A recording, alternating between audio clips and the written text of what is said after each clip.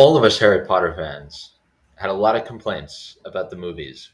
That's why I'm looking forward to this new TV series. Hopefully, they can get things right that were done poorly in the movies. HBO is now casting this series.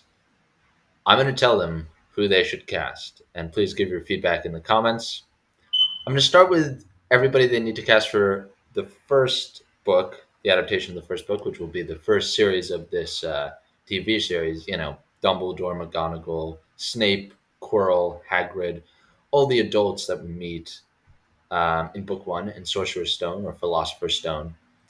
I'm not even going to talk about the kids because nobody knows the names of kids who are 10 years old right now in Britain and Scotland and Ireland who are, running around and their parents want them to audition or they want to audition or their parents want them to make money by getting some role in the film or they're big Harry Potter fans or whatever. We don't know about these people. They haven't been in movies or TV series before. It's useless to talk about which actors we want from that, crop of young generation who are going to play Harry, Ron, Hermione, Neville, Ginny, all those characters. I'm sure they'll find decent people. I mean, who knows? What I really care about is that they actually give Ron some cool things to do in the series. He was woefully underwritten and mistreated in the Steve Kloves adaptations of J.K. Rowling's books for film. That was awful. And I'm probably going to make a video about that soon. There are others about that online. I mean, Ron just came off a complete idiot in the films, even though Rupert Grint is by far the most talented actor of those three. And his character really had a lot of heart and was in Gryffindor for a reason, and so on and so on. But I'm not going to talk about the kids. I'm going to talk about the adult actors who they need to cast for book one. Then I'm going to jump ahead because, of course, what I really want to talk about are the people who play Sirius, Lupin, Tonks, some of my absolute favorite characters. I don't know how they're going to match or top Imelda Staunton as Dolores Umbridge. I think that actually might be the most intimidating kind of acting challenge that they've set themselves, finding somebody who can be both that evil and have that much fun while doing it. Imelda Staunton is unsurpassable. I think Ray Fiennes, Alan Rickman, a lot of these actors, no matter how great they were, you can find people who are better and closer to the books than they are.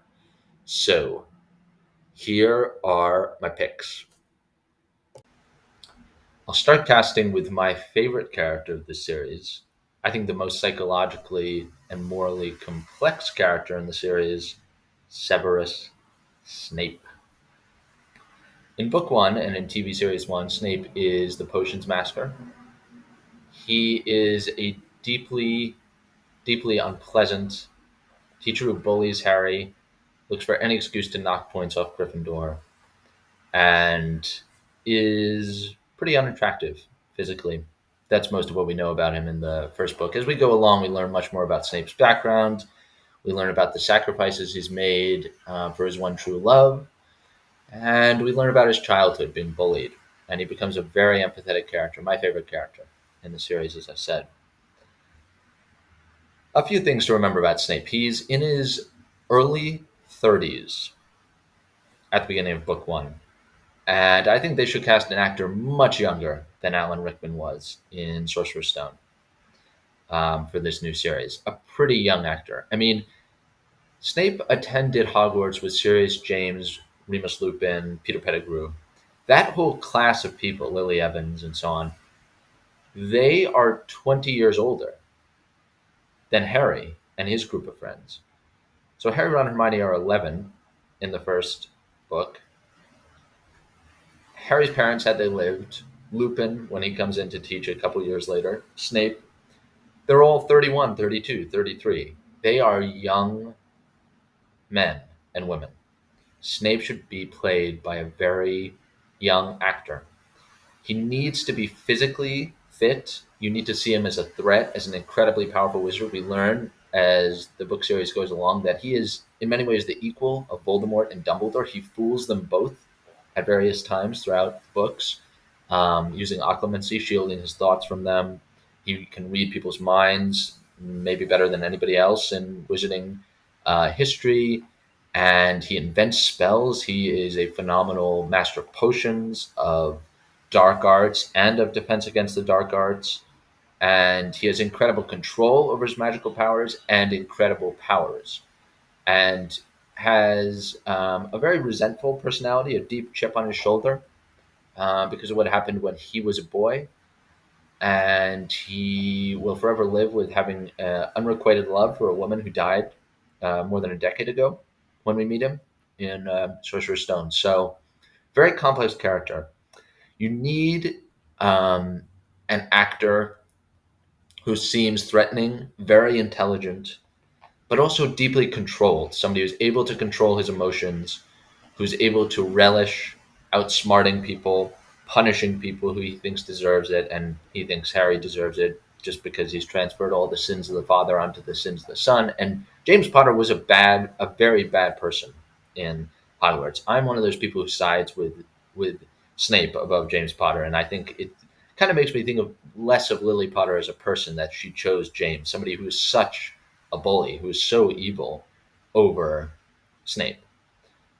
So you need somebody with an intensity and power as an actor, but also with a slight sense of being a little bit afraid of his own shadow and a little bit insecure because he doesn't have a family, he doesn't have love, he was never popular, and he's always having to hide his true emotions and feelings, except a couple of conversations we see with Dumbledore by the end of the series that happened years before Sorcerer's Stone. My number one choice is Elliot Summer. This is a young British actor. Um, he actually happens to be Sting's son. Sting, the musician, Elliot Sumner. He is actually Sting's son. He first came to my attention in Ripley, which is my favorite TV show of the past year, the great adaptation of Talented Mr. Ripley, the Patricia Highsmith novel. And I'm going to dip back into that series actually for another casting choice that I have. This guy's a really incredible actor. He played Freddie in that series, and you should watch it. I mean, Sumner is a really great young actor.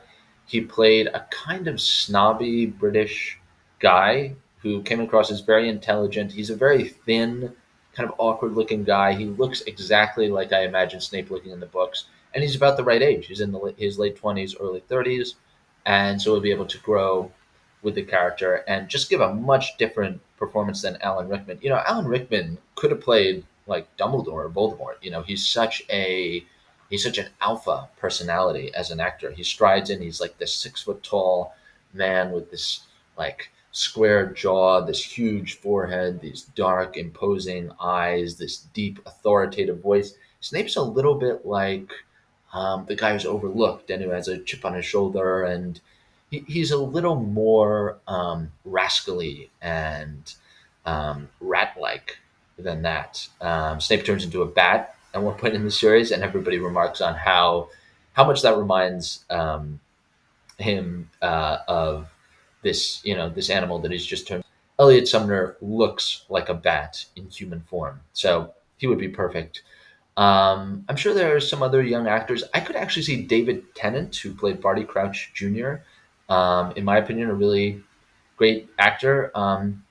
A little kind of good looking and kind of cool, maybe too cool for Snape, but I think he can play awkward and kind of aggrieved very well. I saw him in Hamlet on a recording of that production that I think was done in London years ago, and he played a kind of passive and very like self-doubting man very well. And Snape has to have this deep moral complexity and this anger that he lashes out and then sort of retreats into himself and feels sorry for himself because of how unpopular he is. And I think that would be a decent choice as well. I do want to say, apparently the role has now been offered to Papa Essiedu, an up and coming British actor, and I think this is just the wrong choice. I mean, he's like a very good looking young. He could be playing like Black Panther or something. He could be playing James Bond. You know, he's like a pretty cool, good looking like British black guy, and that's just not Snape. Snape is supposed to be somebody who's really detested by a lot of people just because of his basic his hygiene, his appearance, and everything. He's an outsider, and casting somebody who looks authoritative and cool is just not the way to go. So Elliot Sumner's my choice. Moving on to the role of Dumbledore. Um, I think this might be the most important piece of casting in the Harry Potter HBO series. Dumbledore is many things, and he's kind of a paradox. He can seem like a very old and frail man, as J.K. Rowling describes him, quite thin and with wispy hair and a kind of absent-minded manner. If you walk by him on the Muggle streets or whatever, you might think he was just living out the last of his days, just kind of strolling around, daydreaming and forgetting that his glasses were on the end of his nose, and forgetting his wallet and wandering around town or whatever. And despite all of that, he is still maybe the most powerful wizard in the magical world's history, deeply determined to bring about the fall of Voldemort, and one of the wisest people that Harry meets along his journey, and he meets many people. Dumbledore had something of a tragic childhood, very tragic actually, at a couple of points. He lost his sister and mother. That's a spoiler, obviously. You only find that out in the last book, but In Sorcerer's Stone, he has that line where he says, "What I see, Harry, when I look in the mirror of Erised, is just a pair of fluffy woolen socks. You can never have too many socks, and I wish I'd got more for holidays or whatever." And Harry wonders if he's being entirely truthful, and we find out later that he was lying, and he sees the same thing as Harry. Not that he sees Harry's parents, but he sees his family intact and happy and whole, especially his mother and sister, who died when Dumbledore was very young, and he believes he may have had a hand in bringing about his sister's death. He's not sure. She died in the chaos of a wizarding duel, and it could have very well been another person, but he got her into that situation. He exposed her to Grindelwald and a couple of other dark wizards that he was hanging around with then. And so Dumbledore has to be somebody who has deep trauma in his past and has rebounded from that, not to bully people and not to view the world as hopeless, but to try to educate and keep in line and keep on the right track all the young witches and wizards of Great Britain. And I think he's such an empathetic character who also makes big mistakes throughout the series, like ignoring Harry through Order of the Phoenix, which really frustrates him and leaves him alone. And he has to be played by a very sensitive and subtle actor, I think, and by somebody who seems both absent-minded, who jokes a lot, and then who can seem deadly serious and resolved to do absolute battle with the Dark Lord and Death Eaters and the kind of nihilism that can take over some people in the wizarding world, even those on the good side when they look at what they're up against. Um, I have to say, my top choice for this role was not Mark Strong, but then I heard that they were looking at him.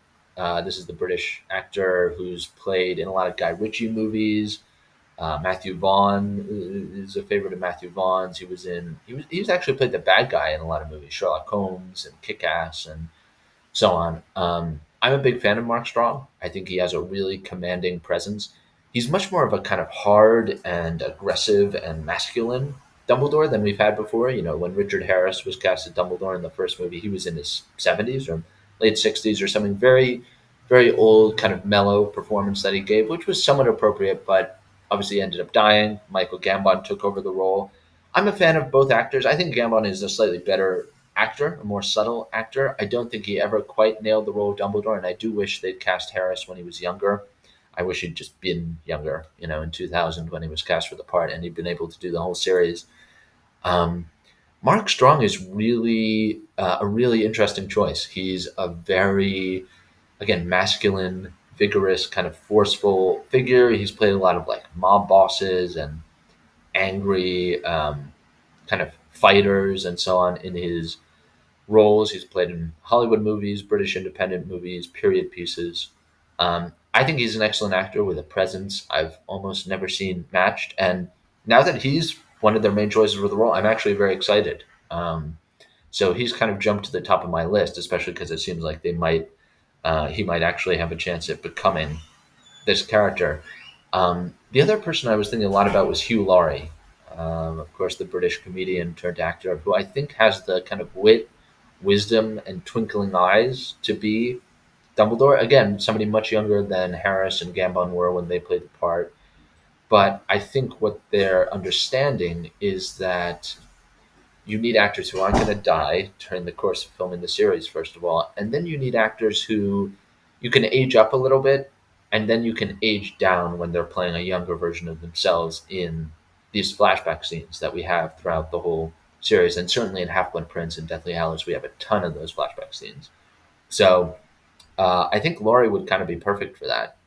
He's kind of quintessentially British and has this kind of oddball way of offhandedly delivering a comedic line, but he also has this kind of threatening intelligence and force of moral will and so on that really comes through in some of his roles. He's also played some bad guys, like in Night Manager. People have probably seen that TV show. So I'm actually a fan of his casting as well. I do not like the idea of Mark Rylance, who was early on floated. I just think he's just too. I don't think he seems athletic or vigorous or angry or sad enough. He has a very mild manner as an actor. I think Rylance. I just don't. I don't. I don't think that that would be good. The other person I was actually thinking about, who was in the original Harry Potter series as an actor, was Kenneth Branagh, who I think now is probably old enough to play Dumbledore, and um, I think has the screen presence, the kind of benevolent screen presence. He communicates intelligence. He communicates a deep caring and empathy for Harry.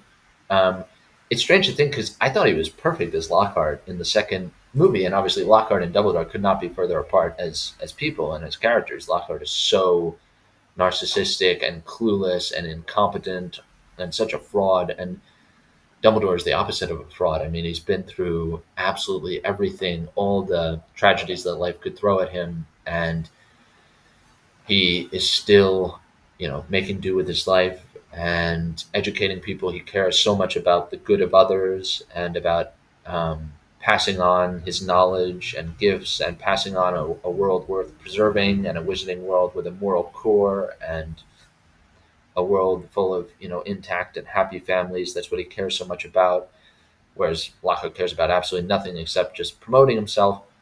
But I think I almost said Lockhart. Branagh has the wisdom, kind of warmth and benevolent qualities of Dumbledore. So he would be another choice that I actually think would be really good.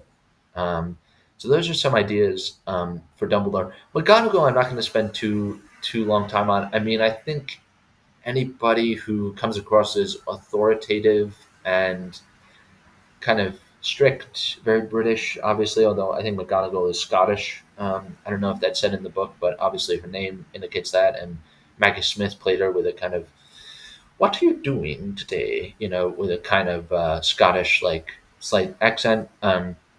Janet McTeer is apparently their top choice for the part. I could see that. I think Harriet Walter would work. Emma Thompson would work, honestly, who played Trelawney. Um, I feel if you wanted to even go a little bit younger, like Sally Hawkins, one of my favorite British actresses, would work. Samantha Morton. Um, I think there are a lot of actors who could work, and I don't think it's that difficult a role to cast. And to me, it's not an essential role. She doesn't get the depth that Dumbledore and Snape get.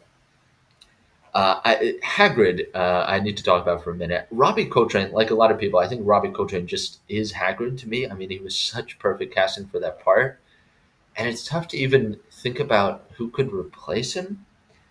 And I really don't like the idea of Brett Goldstein, who apparently they're considering. I mean, that first of all, I think Brett Goldstein's American, but it just is really a poor choice. I don't get that at all. He's a comedian, and I just don't like that choice at all.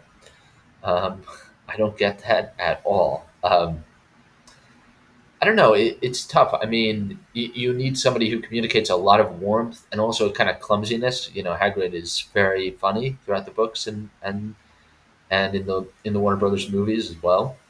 And you need an actor who can kind of carry on that tradition of being deeply amusing.